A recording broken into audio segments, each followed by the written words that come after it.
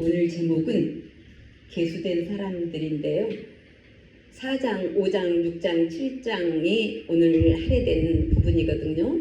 근데 이제 먼저 4장 23절 같이 한번 읽도록 하겠습니다. 30세 이상으로 50세까지 회막에서 공모하고 봉사할 자를 계수하라. 이렇게 되어 있어요. 이 말씀은 어떤 부분이냐면요. 이스라엘 사람들이 애굽에서 400년 종살이 했다 그랬잖아요. 종살이 하다가 하나님의 인도하심으로 이제 출애굽을 했어요. 그래서 시내산 부근에서 정확하게 한 13개월 정도 있었대요. 시내산, 시내 반야에. 그래서 그 전에 이제 금송아지 사건도 있고 모세 어르신께서 시내산에서 율법도 받아오고 이런 과정들이 다 지난 후에 이제 먼저 20세 이상으로 전쟁에 참여할 만한 그런 자들을 먼저 계수하고, 오늘 말씀은 뭐냐면요, 성막에서 봉사할 사람들, 레위인 중에서 30세 이상 50세까지를 성막에서 봉사할 수 있는 사람을 그 인원을 계수하는 것이에요. 그러니까 30세부터 50세라 그러면은 물리적으로도 신체적으로도 굉장히 강한 때잖아요. 강한 때고 또 성숙하고 좀 지혜도 임하고, 그죠? 영성도 있고. 그러니까 공동체 내에서 중요한 역할을 감당할 수 있는 나이가 30세에서 50세라는 것이에요. 하나님이 그렇게 보셨다는 것이죠. 그리고 이제 50세 이후가 되면은 어떤 일을 하느냐면은 가벼운 업무를 맡아서 제사장들을 돕고, 또 젊은 제사장들이 실수하지 않도록 그 레위인들을 코치하는, 그렇게 돕는 업무로 이렇게 바꿔주셨다는 것이에요. 그들을 계수하다로 그 쓰인 히브리어가 나소엣 롯이라고 되어 있어요. 나소엣 롯이. 나소라는 말은요, 들어올리다, 머리를 이제 들어올리다라는 뜻이고, 롯이는 머리를 말해요. 머리. 그러니까 머리를 들어올리다. 이 뜻이 뭐냐면은요, 하나님을 향해서 머리를 들어올린 자들을 계수하신다는 거예요. 하나님은 자신의 군대와 레위 자손들을, 그들의 머리는 하나님을 향해서만 들어올려 있어야 된다, 이렇게 말씀하시는 것이죠. 그러니까 머리가 어디예요? 신체적으로 가장 중요한 부분 아니겠습니까? 그죠? 머리가 다치면 우리 큰일 나잖아요. 우리 박순영 집사님 머리 다쳐보셨죠? 아무것도 생각. 그만큼 머리가 중요한데, 그만큼 중요한 것을 드린다는 것은 전부를 드린다는 것이잖아요. 전부를. 하나님 앞에 전부를 드리라는 그런 의미와 같다는 것이에요.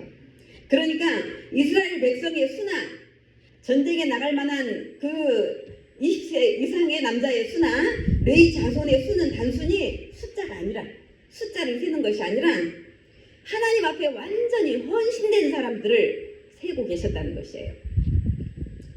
근데 제가 이걸 쓰면서 굉장히 도전이 되더라고요. 되게 사모되고. 우리 그러지 않습니까? 나의 전부를 하나님 앞에 드릴 수 있다는 것.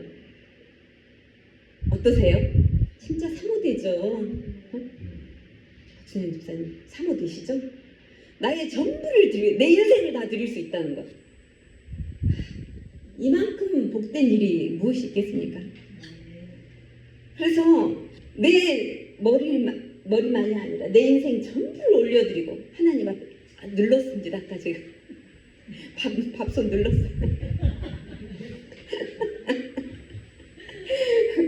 그래서 주님, 영적인 밥도 주시고 육적인 밥도 주시고 영육을 채우시는 우리 주님 너무 감사합니다. 우리 성령 충만교회 복된 교회입니다. 그래서 하나님께 전부를 드릴 수 있는 그 인생은요, 이 땅에서나 저 천국에서나 최상의 믿음을 갖고 있는 상태, 최상의 좋은 영적인 상태라고 하나님께 인정을 받을 수 있다는 것이에요. 그런데 지금 이 시점에서 우리 각자의 현재 상태를 한번 살펴보기 원합니다. 우리 서로 물리적인 나이는 다 달라요. 각자 나이가 다 달라요.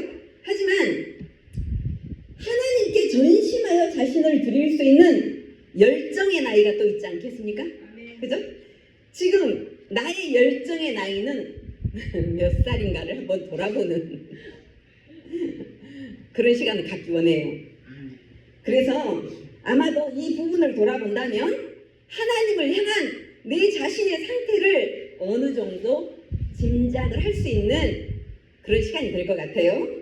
그래서 저와 여러분이 히브리 말로 나소엔 노시, 하늘을 향해 머리가 들어올려 있는 상태인가?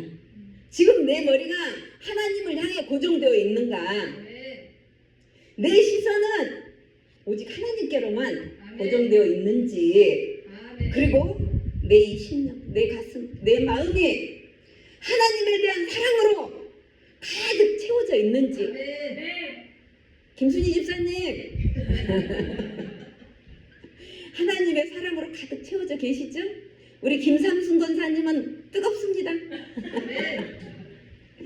그래서 저와 여러분의 영혼 몸이 하나님 한 분으로만 만족되어 있는 그런 상태가 되시는지 바라옵기는 저와 여러분이 이 시간 우리의 머리를 들어올려서 우리의 인생의 전부를 들어올려서 하나님께 드리고 하나님을 섬기며 살아가는 거룩하고 복된 자들로 하나님의 눈에 계수되는 세워지는 그런 시간 되실 수 있기를 예수님의 이름으로 축복드립니다. 그런데 왜 그래야 됩니까? 그것보다 더 완전한 축복이 없기 때문이에요. 하나님께 온전히 드리잖아요. 하나님도 온전히 저희에게 주신다는 것이에요. 하나님 계산이 굉장히 밝으십니다. 심은 대로 주십니다. 근데 하나님은 30배, 60배, 100배를 주시죠. 1000만배도 주시죠. 왜냐하면 하나님은 능력이 있으시니까. 근데 우리 자신을 온전히 드릴 수 있는 것은 정말 복된 인생으로 그 영혼이 하나님 앞에 계수되어지셨다는 것이에요. 감사드려야 되는 일이라는 것이죠. 내 인생을 다 하나님 앞에 드릴 수 있다. 이것만큼 감사할 만한 복된 일이 없다는 것이에요. 우리 모두 그렇게 되시기를 원합니다. 그래서 이스라엘 백성들은 이제 성막 위주로 모여서 살게 되었잖아요. 성막 위주로 모여서 살게 되어서 구름 기둥이 하나님이 인도하시는 거예요. 구름 기둥이 움직이면은 그 방향에 따라서 성막 진을 움직이면서 나가잖아요.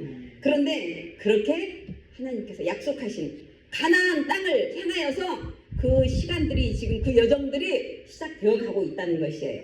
그런데 성막 안의 봉사는 레위인에게 시켰다 그랬잖아요. 레위인에게 시켰는데 성막 중심으로 해서 가장 먼저 앞에 진두지 하면서 가는 지파가 유다 지파였어요. 동쪽으로 유다 지파. 그러니까 우리 이제 에스더 목사님 공부하실 때 그 도표 또 활용하실 거예요. 이제 들어두시면 그때 도표 보시면서 하면은 이 말씀이었구나 더 쉽게 이해가 되실 거예요. 지난주에도 우리 완희 목사님한테 공부를 또 배우셨으니까 우리 교회는 공부하는 교회입니다. 왜냐하면 그게 뭐냐면은요, 하나님을 알수록 더 사랑하게 되잖아요. 우리가 어떤 대상을 잘 알면 그 대상을 사랑하게 되는 은혜가 부어지거든요. 그래서 우리가 깊이 알수록 하나님을 깊이 사랑하게 된다는 것이에요. 주님 할렐루야. 그래서 동쪽으로는 유다 지파, 이사갈 지파, 스불론 지파가 배치되었고, 남쪽으로는 루벤 지파, 시므온 지파, 갓 지파가 따라갔고, 그 다음 서쪽으로는 에브라임 지파, 므낫세 지파, 베냐민 지파, 그리고 가장 마지막에 뒤따라가는 북쪽에 진을 친 단 지파, 아셀 지파, 우리 완희 목사님 좋아하시는 납달리 지파.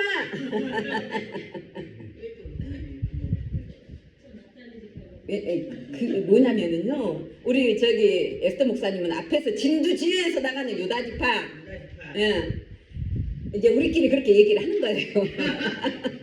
우리는 이 모든 12지파의 영성을 다 갖고 있어야 돼요, 사실. 그러는데 이제 우리 완희 목사님의 성향이 뒤에 그 남아있는 처진 사람들, 처진 영혼들을 굉장히 위로하고 세우는 그런 부르심이 또 있거든요. 그래서 납달리 지파가 가장 뒤에 가면서 뒤에 처지는 사람들을 이렇게 세워주고 붙잡아주고 이제 그러는 것이라는 거죠. 그런데 그 구름 기둥이 움직일 때마다 성막을 해체해서 옮겨야 된다 그랬잖아요. 근데 성막을 해체했을 때 레위 자손 중에서 고핫 자손이 반복해요. 지난 시간에 반복하는데 고핫 자손은 성물들, 성막 안에 있는 거룩한 성물들, 법궤나 등잔대나 떡상이나 향단 등을 어깨에다 메고 이동하도록 하셨어요. 그리고 첫째 아들 게르손 자손은 휘장에 그 성막에 휘장 같은 거 있잖아요. 덮개 같은 거. 덮개와 그 줄들과 그런 것들, 무거운 것들을 하나님은 수레에다 얹어서 이동할 수 있도록 배려를 해주셨어요. 그리고 가장 무거운 것, 성막의 막대 그 기둥들, 받침들, 말뚝들, 가장 나무로 생긴 가장 무거운 것은 이제 막내 무라리 자손이 그 보세요. 또 막내가 막내 부르시면 그만큼 축복이 크지 않겠습니까? 여튼 그렇게 무라리 자손이 수레에다 싣고 그것을 옮길 수 있게 했다는 거예요. 근데 왜 성막에 있는 거룩한 성물들을 큰아들인 게르손 자손에게 맡기지 않고 둘째 아들인 고핫 자손에게 맡기셨는지 이 부분은 우리가 알 수가 없는 거예요. 하나님의 주권적인 선택이기 때문에 이거는 우리가 뭐라고 말할 수가 없는 거예요. 우리 아시잖아요. 에서와 또 야곱과에서 근데 야곱을 쓰시고 형인 에서를 그렇죠.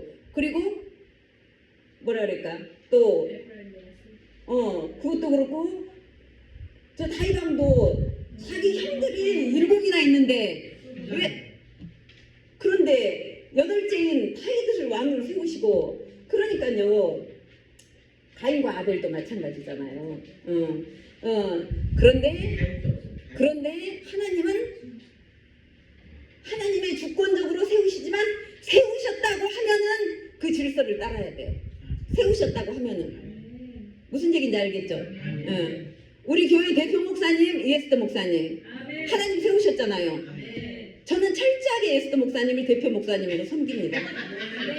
저는 계단을 올라갈 때도 절대로 에스더 목사님 앞에 안 가고 싶어요. 왜냐하면 하나님의 질서를 존중한다는 것이에요. 그렇게 해야 하나님 나라가 세워져 가는 거예요. 제가 에스더 목사님보다 나이가 한참 많아요. 그래 내가 나이가 많은데 뭐 절대 아니에요. 하나님은 하나님이 질서를 세우신 것을 겸손하게 따르는 것을 기뻐하신다는 거예요. 그래서 우리 여기까지 그렇다는 말씀이고 왜 둘째를 고핫 자손을 이렇게 성물을 옮기셨는가를 말씀드리다 보니까 여기까지 진전이 됐습니다. 그래서 그들은요 그 일을 맡겨주신 일을 40년을 감당을 했다는 거예요. 가나안 들어가기 전까지 광야 40년 세월을 그 일을 맡겨주신 일을 묵묵하게 하나님께서 맡겨주신 일 그 자리에서 불평불만 없이 끝까지 감당하는 그런 자들이 되었다는 것이에요. 우리들도 각자에게 맡겨주신 영역이 있습니다. 그런데 그 영역이 이 일을 하면은 하나님의 축복을 더 받고 이 일을 하면은 하나님의 축복을 덜 받고 결코 그렇지 않습니다. 하나님은 동일하게 부어주십니다. 동일하게 그 중심이 어떤가 그것을 보신다는 거예요. 그 중심에 서 있는 만큼 머리가 얼마나 온전하게 하나님께 올려져 있는가 만큼 하나님은 부어주신다는 것이에요. 그래서 우리도 이 세상에서 주어진 이 시간을 끝까지 하나님께 온전히 주님께서 우리에게 맡겨주신 사명을 잘 감당하는 우리 성령 충만교회 성도님들 모두 되시기를 예수님의 이름으로 축복드립니다. 이제 동서남북으로 12지파의 진도 배치되고 싸움에 나갈 만한 인구도 다 개수되었고 성막 봉사할 레위지파의 개수도 다 이제 배치도 하고 개수를 하셨는데 그 다음에 무슨 일을 하셨는지 이제 성경에 기록된 순서대로 한번 살펴보도록 하겠습니다. 민수기 5장 2절 같이 한번 읽도록 하시겠습니다. 이스라엘 자손에게 명령하여 모든 나병 환자와 유출증이 있는 자와 죽음으로 부정하게 된 자를 다 진영 밖으로 내보내되 남녀를 물론하고 다 진영 밖으로 내보내어 그들의 전령을 어디로키지 말라. 내가 그 진영 가운데 거하느니라 하시니 이렇게 되어 있습니다. 그 진영 가운데 누가 계시다 그랬어요? 하나님 계시다는 거예요. 하나님은 우리 하나님까지 안 가고 우리 어때요? 가다가 좀 지저분한 거 있으면 고개가 돌려지지 않습니까? 사람인 우리도 지저분한 것, 더러운 것을 보기가 어렵잖아요. 힘들어 하잖아요.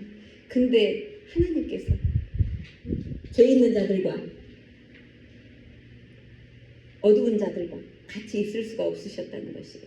그래서 그들을 진영 밖으로 내보내서 그들이 죄에 대해서 고백하고 회복되어서 다시 돌아올 수 있도록 배려를 하시고 전염병이 있는 자들도 깨끗하게 고침받고 회복되어서 진영 안으로 들어올 수 있도록 이렇게 하나님께서 하셨다는 거예요. 근데 우리가 이제 더러 이런 말씀을 해요. 왜 하나님은 사랑의 하나님이신데 왜 병든 자를 내치시지? 이렇게 말씀을 하시는 경우가 있거든요. 때로는 그렇게 생각할 수가 있어요.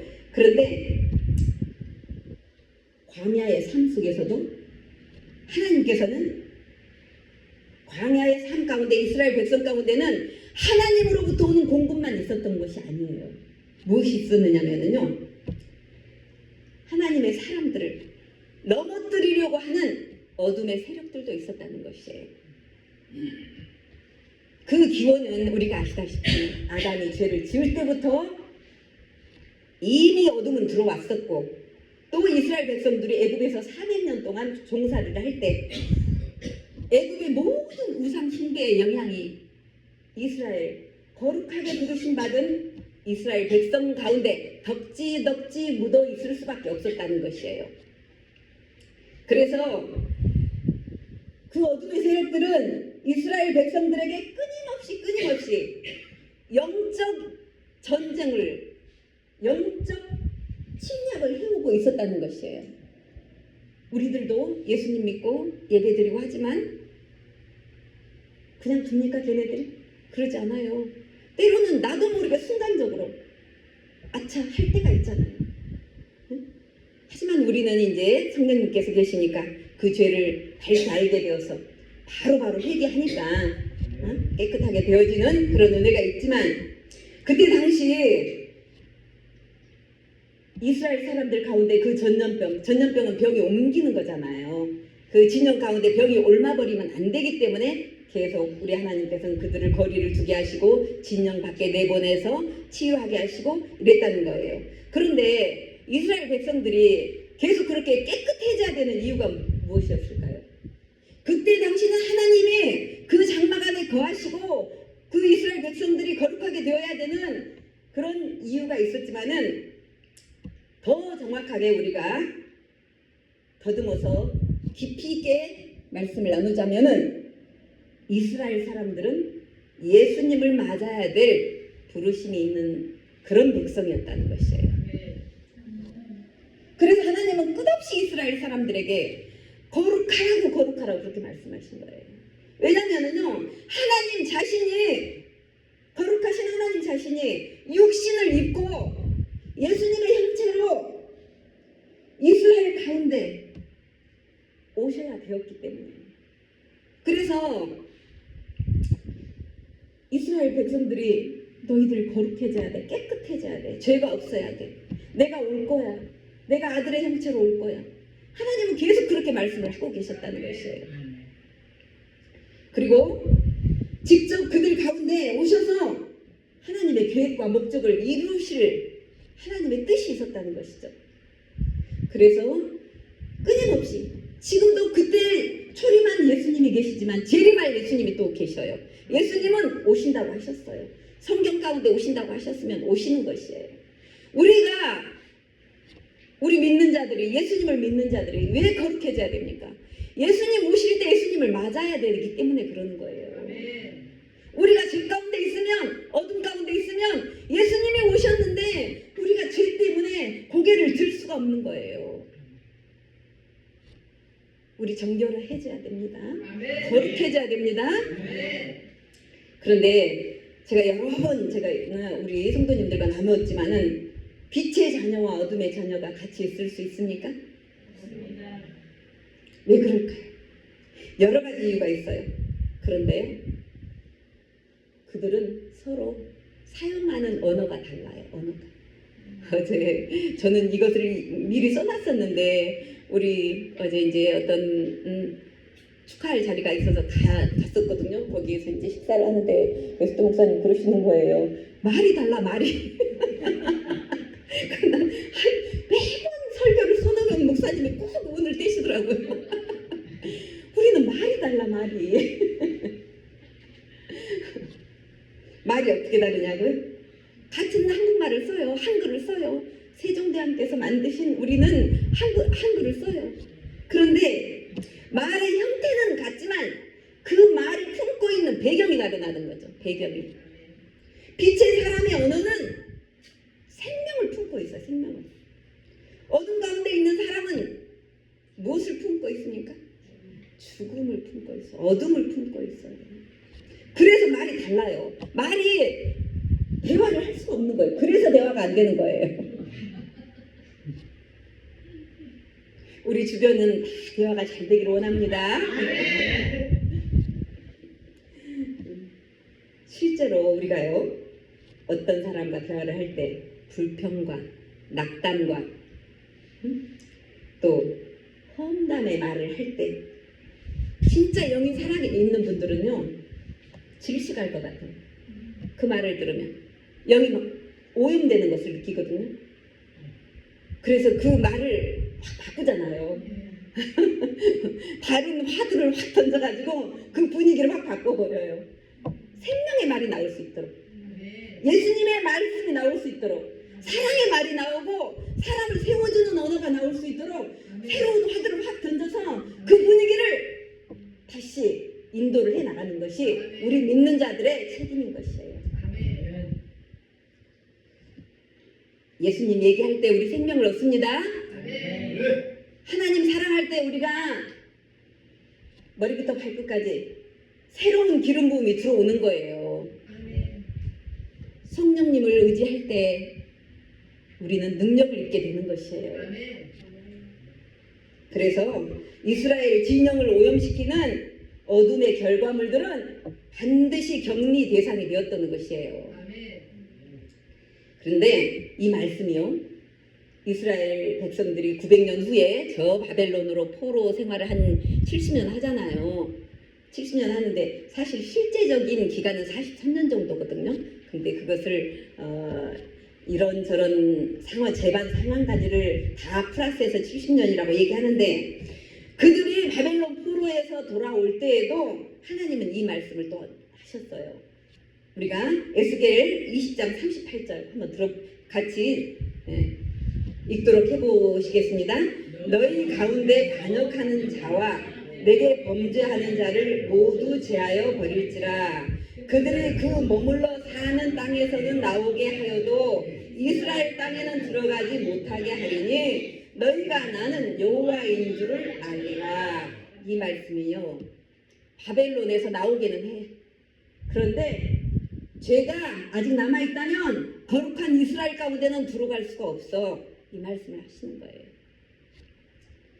하나님 앞에 반역하고 하나님 앞에 죄를 짓는 자들은 그가 누구라도 거룩하신 선택된 이스라엘 영역에 들어갈 수가 없다는 거예요.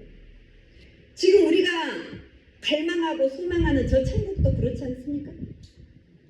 어둠을 가지고 죄를 가지고는 결코 갈 수가 없어요.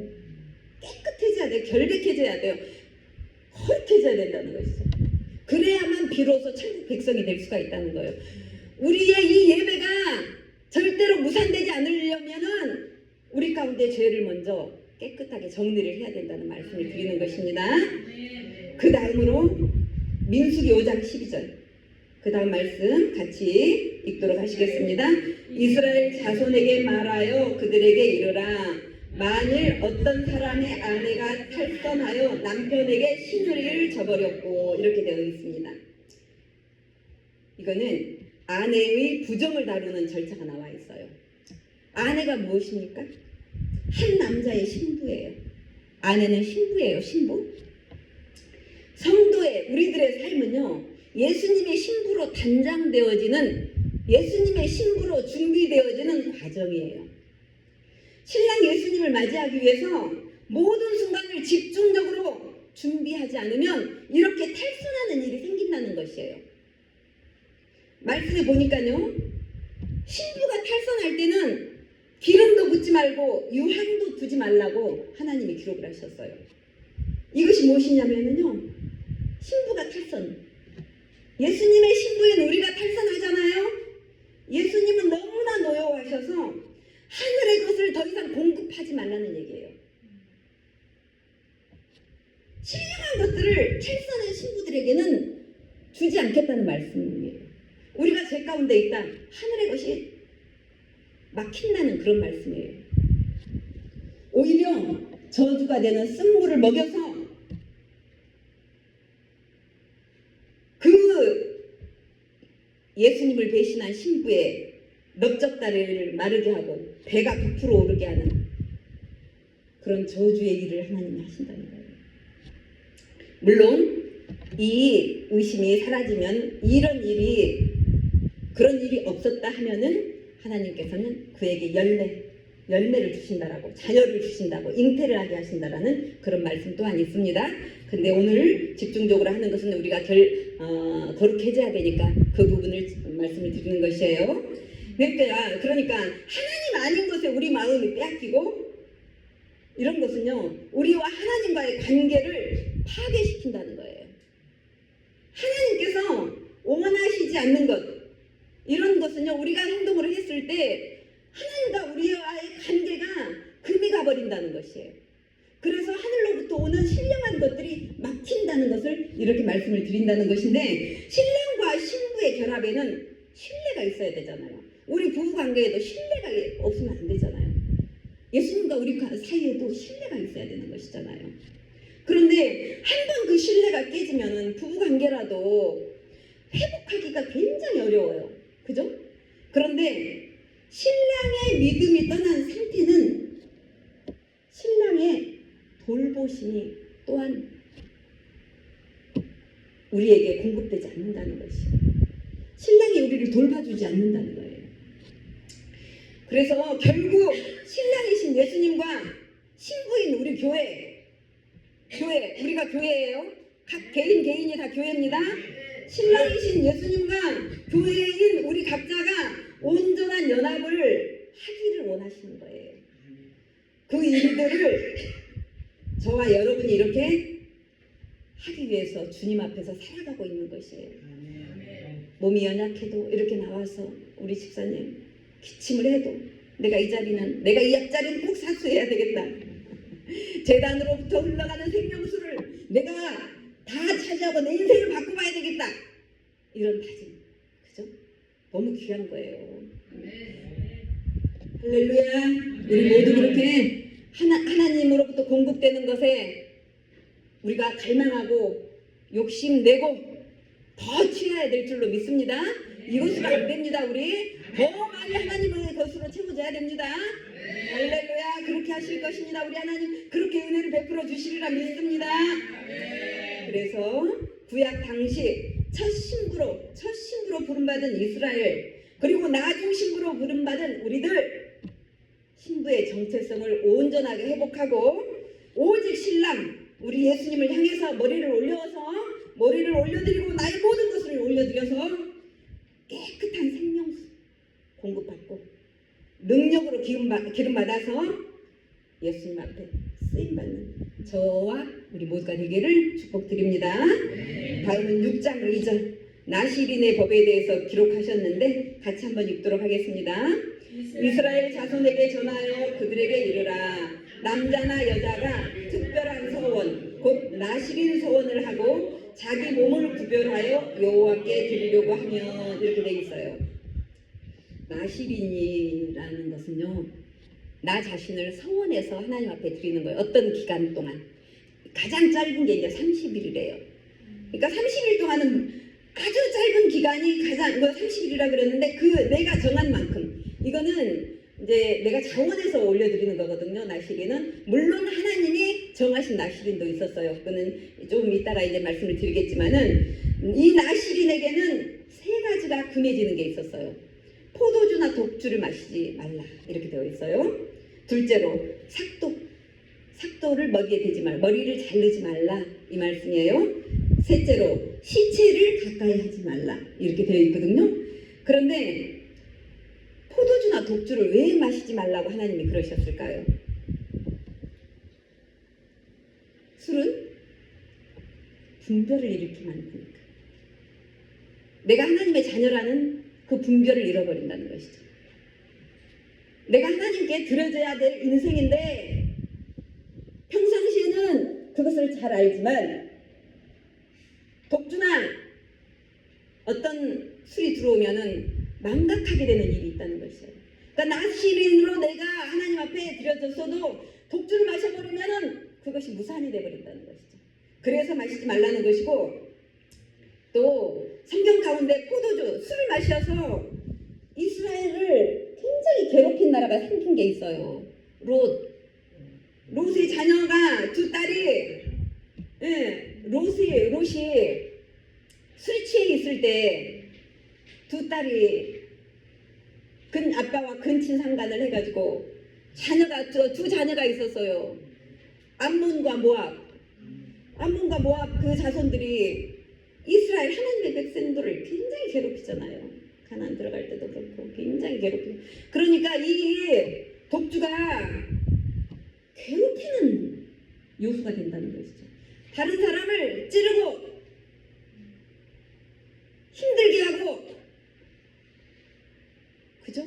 공격하고 파괴하고 하나님 나라를 어지럽히고. 세상 가운데서 술이 주는 폐해는 너무나 많아요. 뭐 이 재단에서 구태여 말 안 해도 될 것 같아요. 그런데 정말 조심해야 될 것은 내가 이루어놓은 재산까지도 다 잃어버릴 수가 있다는 거예요. 내가 갖고 있는 소유물까지도 다 놓쳐버릴 수 있다는 거예요. 또 삭도를 머리에 대지 않는 것. 그러니까 머리에 칼을 이렇게 머리를 자르지 않는 것은 무엇을 의미하느냐면요. 내가 이 기간만큼은 하나님의 권위 아래에서 이 땅이 아닌 하나님의 영역에만 내가 집중하겠습니다. 하나님께만 집중하겠습니다. 이 의미라는 것입니다. 그리고 또 세 번째로 시체를 가까이 하지 않는다는 것은 생명 되시는 하나님과만 접촉하겠다. 죄의 결과물인 시체와는 거리를 둬야 되겠다. 이런 의미라는 것이에요. 오직 생명이신 하나님, 생명수를 흘려보내주신 우리 하나님, 나를 살게 하신 하나님에게만 집중해야 되겠다. 이렇게 나시린들은 자기가 정한 기간을 거룩하게 살았다는 것이에요. 그래서 나시린으로 살 때는 땅의 것으로부터 완전히 벗어나서 하나님 앞에 살아가는 것을 의미합니다. 1절에 주여, 또 이러면 또 영광 가리니까 또 참겠습니다. 나시린으로 40일 사신 분이 목사님 중에 계셨습니다. 우리 주님 귀하게 바라보고 우리 그 축복을 우리 성령 충만께 우리 종들과 또 우리 성도님들과 가정과 자녀 모두에게 부어주실 줄 믿습니다. 그리고 여기에서 보면은요, 나시린을 소원할 때 남자와 여자가 동일하게 소원을 할 수 있다 그랬어요. 근데 우리가 구약시대에는 여자는 인구로 계수하지 않았다라고 이렇게 알고 있어서 여자를 하나님께서 무시하셨다라는 그런 결과론으로 계속 말씀하시는 분들도 계세요. 너무나 잘못된 것이죠. 무엇이냐면요, 여자를 인구로 계수하시지 않으셨던 것은 당시 가나안에 있는 7 족속과 싸울 남자들을 계수하셨기 때문에 여자들을 구태여 세지 않으셨다는 거예요. 싸움에 나갈 만한 사람, 성막을 보호하고 지킬 제사장들을 계수하셨기 때문에 자연히 여자들은 가정을 지키고 자녀를 양육하는 그런 귀한 일에 쓰셨다는 것이에요. 근데 이 나실인 서원할 때는요, 이 나실인 서원이 뭐예요? 하나님께 전적으로 드려지는 거잖아요. 그거는 남자나 여자나 동일하게 하나님이 받으셨다는 거예요. 그래서 여자는 하나님 앞에 인정받지 못했다, 그런 오해는 다 깨끗하게 이 시간 제거하시기 바랍니다. 오히려 하나님은 여자의 거룩에 대해서, 신부의 거룩에 대해서, 남자에게 대해서 거룩하라는 말씀은 따로 안 하셨어요. 근데 아내의 부정, 신부의 부정에 대해서 말씀하신 건 뭐냐면요, 여자를 그렇게 사랑하신다는 거예요. 아멘이십니까? 여자를 무시하거나 그런 분이 아니시라는 거예요. 신부인 여자들아, 거룩하여라, 깨끗하여라, 나는 너희를 전적으로 사랑한다. 너희들이 깨끗해야 너희들을 통해서 나오는 열매들이 이 땅을 거룩하게 만들 것이다.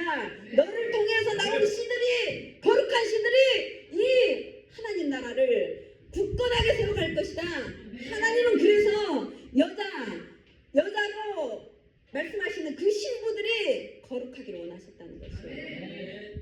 할렐루야. 그런데 남자도 신부입니다. 할렐루야. 그리고 성경 가운데 삼손과 세례 요한은 어머니 태 속에서부터 나실인으로 구별된 분들이었어요. 그리고 사무엘의 어머니 한나는 자녀가 안 생겨서 계속 기도하잖아요. 네, 하나님께서 자녀를 주시면 하나님 앞에 올려드리겠습니다. 나실인 서원을 엄마가 먼저 하신 거잖아요. 응? 우리 나실인 서원들 많이 하셔야 됩니다. 그래서 하나님 앞에 거룩한 자녀들 많이 올려드려야 됩니다. 저도 그렇게 하고 있습니다. 눈에 보이는 아이들마다 하나님 앞에 거룩하게 드려주죠. 우리 그래야 됩니다. 할렐루야. 우리 주님께서 기쁘게 받으신 줄 믿습니다. 그런데요, 여기에서 중요한 것은요, 이스라엘이 가장 어두운 시기 때 나실인들을 하나님이 세우셨다는 거예요. 이 땅을 누가 지으셨어요? 하나님 지으셨죠. 그러니까 우리가 예를 들어서 어떤 집을 지어요? 돈을 들여서, 내 재산을 들여서 집을 지어요? 그러면 그 집 누구 거예요? 내가 지었으니 내 것이잖아요. 권사님 사신 아파트 권사님 거잖아요. 하나님이 지으신 이 땅 하나님 거예요. 그 하나님 포기 안 하신다는 거예요.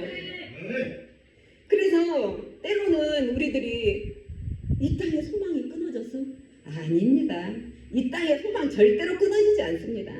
우리가 소망이 끊어졌다라는 느낌이 들 때 하나님은 일하기 시작하시는 거예요. 나실인들을 곳곳에서 세우시는 거예요. 성령 충만교회에서도 나실인을 세우시고, 옆교회에서도 나실인을 세우시고, 곳곳에서 나실인을 세우시는 거예요. 친히 일하신 하나님이시라는 거예요. 자기 생명 안에 하나님의 생명으로 채워 넣는 자, 우리 권사님 그런 삶을 살고 계시는 줄 믿습니다. 우리 김순희 집사님 그러신 줄 믿습니다. 우리 모든 남성 성도님들 그러신 줄 믿습니다. 하나님 권위 아래서 나가 없어요. 나실인들은 나가 없어. 그죠? 하나님께서 시키시는 대로 내 생각 내 머리가 없다는 거예요. 하나님께서 부어주시는 그 인도하심을 따라가는 그 자가 나실인이라는 거예요. 그런 자가 거룩한 신부의 정체성을 굳건하게 잡고 나실인으로 부르심을 받았다는 것이에요. 그래서 오늘 예배 가운데 우리 성도님들이 하나님이 만드신 이스라엘 땅, 또한 이 나라 이 땅을 괴롭혔던 악한 것들, 저 블레셋을 정말 그 나귀 뼈다귀로 천명을 치고 했던 삼손처럼, 또 이스라엘의 현명한 지도자였던 사무엘처럼, 또 예수님이 오실 길을 예비하면서 회개하라 외치셨던 세례 요한처럼 우리도 그렇게 세워지고 부름받고 그렇게 되기를 하나님은 우리를 기대하고 계신다는 것이에요. 결코 우리의 부르심이 작지 않습니다. 그렇게 될 때 어떻게 무슨 일이 있습니까? 그 다음에 또 보겠습니다. 민수기 6장 24절. 혹시 목사님 아까 축복성 노래 이 성경 보시고 정하신 거예요? 주님 말씀하시죠. 언제? 그 축복성 이거 보고서. 자, 그러면 같이 합독하여서 하나님의 정말 놀라우신 섭리 가운데서 한번 읽도록 하겠습니다. 여호와는 내게 복을 주시고 너를 지키기 원하며 여호와는 그 얼굴을 내게 비추사 은혜 베푸시기를 원하며 여호와는 그 얼굴을 내게로 향하여 두사 평강 주시기를 원하노라 할지니라. 아멘. 모르셨죠? 근데 저는 계속 한 성령님 안에서 우리가 운행하고 인도함을 받고 가고 있다는 것입니다. 우리가 아까 축복성 얼마나 열심히 했으니까 9시 찬양 예배부터 아까 또 자기 이름 넣어가면서 또 우리 성도님들 이름 일일이 넣어가시면서 축복속을 그렇게 했는데 오늘 말씀이 이 축복의 말씀 아론의 축복의 선포가 여기에 나와 있어요. 여호와는 내게 복을 주시고 너를 지키시기를 원하며 이제 다 어떤 신학자들은 이렇게 말씀을 나누어서 해석을 하는데 그 하나님은 내게 복을 주시고 너를 지키기 원하시며 그 다음 여호와는 예수와 여호와를 말씀하신다는 거예요. 예수와 여호와께서는 그 얼굴을 너희에게로 비추어 은혜 베푸시기를 원하며 또 마지막 세 번째 성령님 여호와는 그 얼굴을 우리에게로 두사 우리 모두가 평강하기를 원하노라. 아멘. 할렐루야. 너무나 감사합니다. 살아서 우리의 모든 것을 바라보고 계신 우리 하나님. 우리는 걱정할 것이 없어요.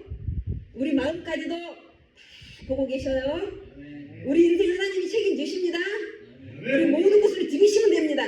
맡기시면 됩니다. 할렐루야. 그리고 이렇게 축복받은 이스라엘 백성은 각 12지파가 대표해서 하루에 한 사람씩 봉헌물을 제단에 드리라 하나님 이렇게 명령하셨어요. 함께 읽을게요.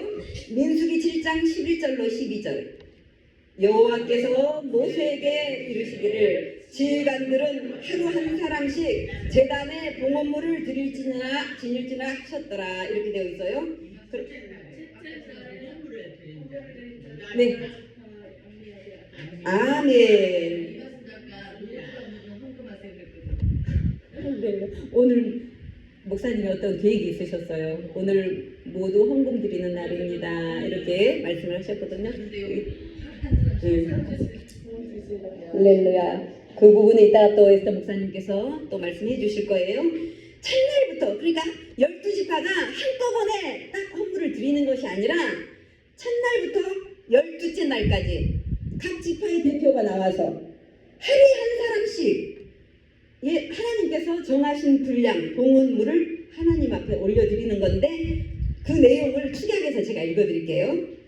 130세겔의 은반 하나, 70세겔 무게의 은발이 하나, 이 두 그릇에는 소재물로 기름 섞은 고운 가루를 채웠고 10세겔 무게의 금그릇 하나에 향을 채웠고 번제물로 수송아지 한 마리와 순양 한 마리와 1년 된 어린 순양 한 마리와 속죄제물로 순염소 한 마리며 화목제물로 소 2마리와 순양 5마리와 순염소 5마리와 1년 된 어린 순양 5마리라. 이렇게 이 내용이요. 민수기 7장 12절에서 83절까지 총 72절을 똑같이 기록해 놓으셨어요. 글 토시 하나도 안 틀려요.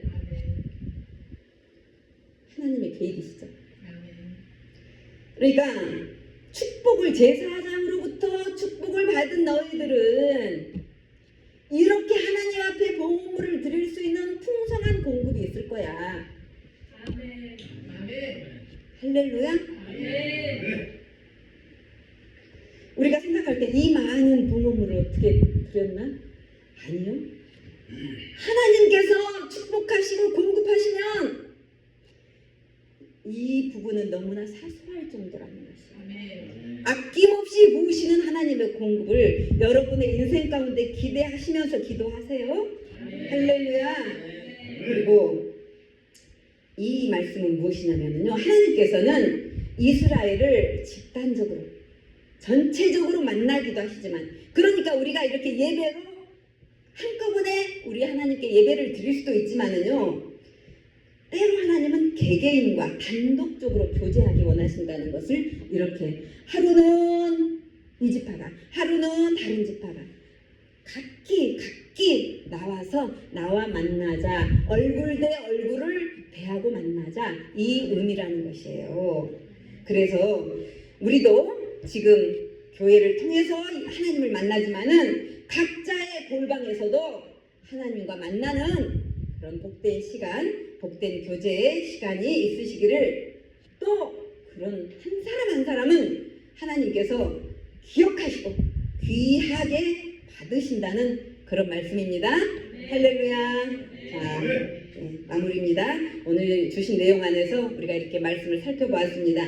이 말씀을 바탕으로 해서 저와 여러분이 하나님 앞에 더 바르게 정렬이 되고 자신의 모든 것을 올려드려서 하나님의 눈에 한 사람 한 사람이 다 쓰임받도록 계수되어지는 놀라운 축복의 시간이 될 수 있도록 예수님의 이름으로 기도합니다. 아멘.